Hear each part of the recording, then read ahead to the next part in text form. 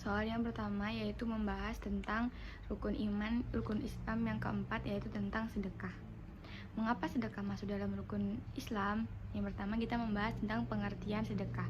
Sedekah sendiri itu adalah seorang muslim yang membagikan sebagian hartanya kepada muslim yang lain yang membutuhkan seperti fakir miskin untuk mengharapkan ridho Allah. Dalam sedekah ini memiliki keutamaan. Yang pertama, ketika kita bersedekah, bukan harta kita saja yang bukan semata-mata harta kita berkurang, akan tetapi Allah akan menambahkan melipat gandakan pahala kita ketika kita bersedekah, dan sedekah ini dapat menghapuskan dosa-dosa. Yang ketiga yaitu sedekah ini salah satu amal yang dapat dibawa mati. Contohnya seperti sedekah jariyah, amal jariyah. Dan ada ayat Al-Quran yang menjelaskan, ada banyak ayat Al-Quran yang menjelaskan tentang keutamaan sedekah.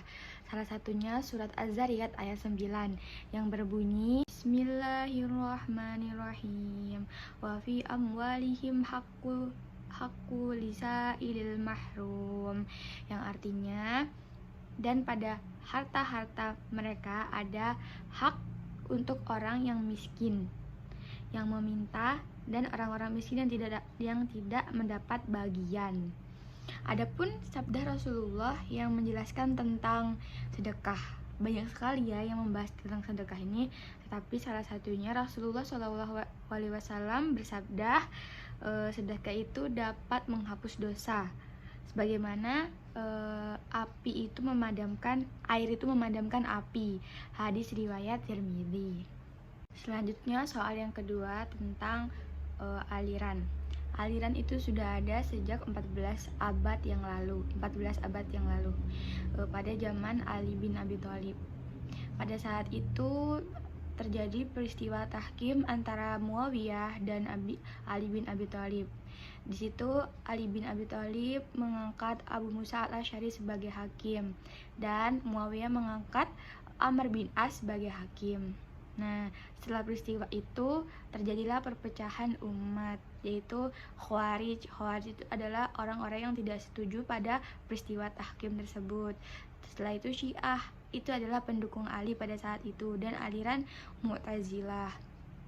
Nah, setelah dari peristiwa tahkim itulah terjadi banyaknya aliran yang terjadi perpecahan dan banyaknya bermunculan aliran-aliran. Nah, aliran yang ada di Indonesia contohnya itu yang masih ada sampai sekarang yaitu Ahlus Sunnah wal Jamaah. Ahlus Sunnah wal Jamaah ini pengikutnya masih banyak dan pahamnya masih sama seperti dahulu, karena Ahlus Sunnah wal Jamaah ini berpegang teguh pada Al-Quran dan hadis. Mungkin ada beberapa hukum-hukum baru, bukan hukum baru sih, mungkin kayak karena ini perubahan zaman sehingga ada beberapa hukum yang bukan ditambahi, mungkin kayak ijma atau kias dari ulama-ulama pada saat ini. Setelah itu Syiah itu pendukung Ali, sampai saat ini masih ada di Indonesia Syiah. Dan yang ketiga itu Khawarij saat ini sama seperti Wahabi yang mudah mengkafirkan orang-orang yang tidak sepaham dengan mereka. Selanjutnya soal yang ketiga yaitu di akhir zaman orang yang menegakkan kebenaran dan kebaikan laksana memegang bara api di kedua tangannya.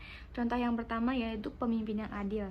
Untuk fenomena saat ini, pemimpin yang adil itu banyak sekali yang ingin menjatuhkan, karena ketika pemimpin itu adil dan anggotanya tidak adil, anggota itu merasa terancam sehingga mereka ingin menjatuhkan pemimpin tersebut.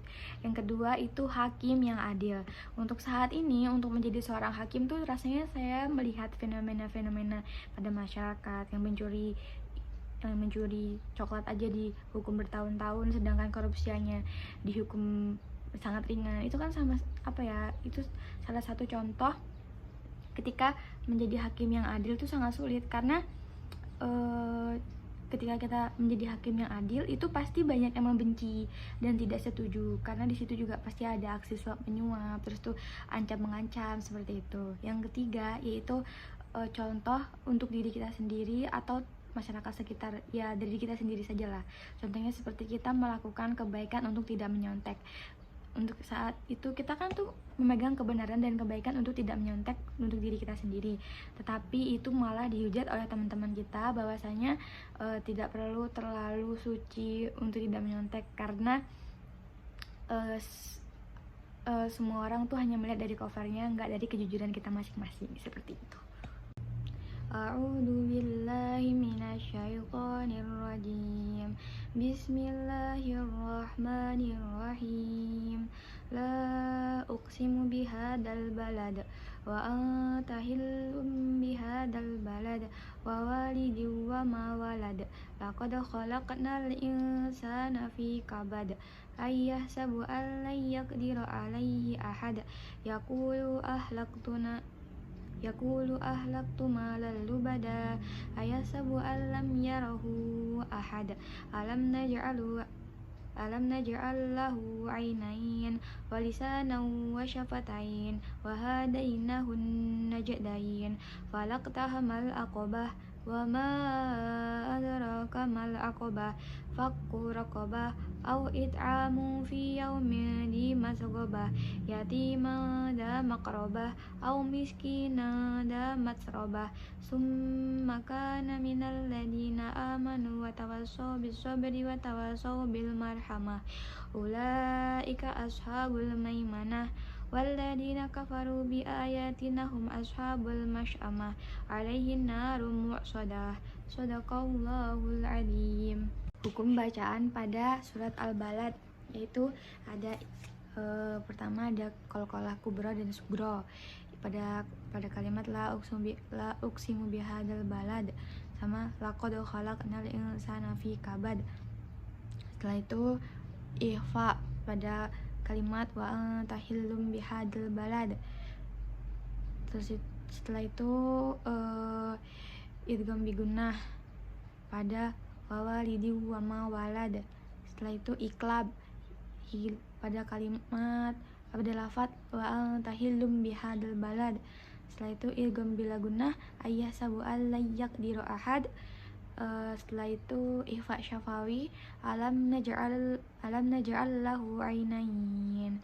Setelah itu rata-rata di sini kebanyakan ikhfa. Mungkin itu saja hukum yang dapat saya temukan. Bismillahirrahmanirrahim. Allahumma hdini fi man hadayit wa afini fi man afait wa tawallani fi man tawallait wa barik li fi man atait wa qini syarra ma qadait fa innaka taqdi wa la yuqda alait wa la yadillu ma walait wa la ya'izzu man hadait. Tabarakta rabbana wa ta'alait falakal hamdu ala ma qadait wastaghfiruka wa atubu ilaik. Wa sallallahu ala sayyidina Muhammadin nabiyyi ummi wa ala alihi washabihi wasallim. Pertama kita akan praktek bertayamum. Yang pertama yaitu membaca bismillahirrahmanirrahim. Kedua menempelkan tangan di debu sambil membaca niat nawaitu tayamum tibati sholati fardholillahi ta'ala.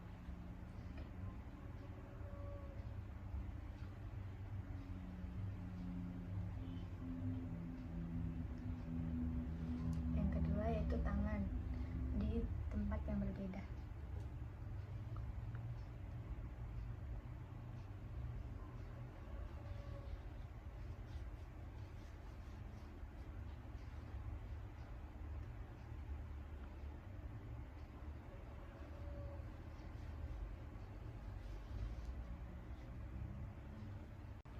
Negara Republik Indonesia harus dipertahankan karena toleransi yang ada di Indonesia ini sangat tinggi.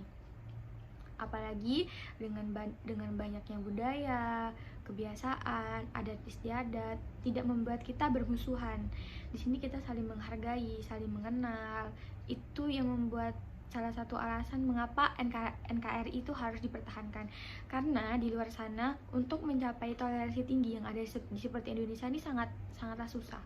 Apalagi di Indonesia sendiri toleransi agamanya juga tinggi. Di sini juga kalau misalnya ada hari raya Muslim, kita menghargai ada hari raya Natal, kita menghargai, atau Hindu atau Buddha, kita saling menghargai.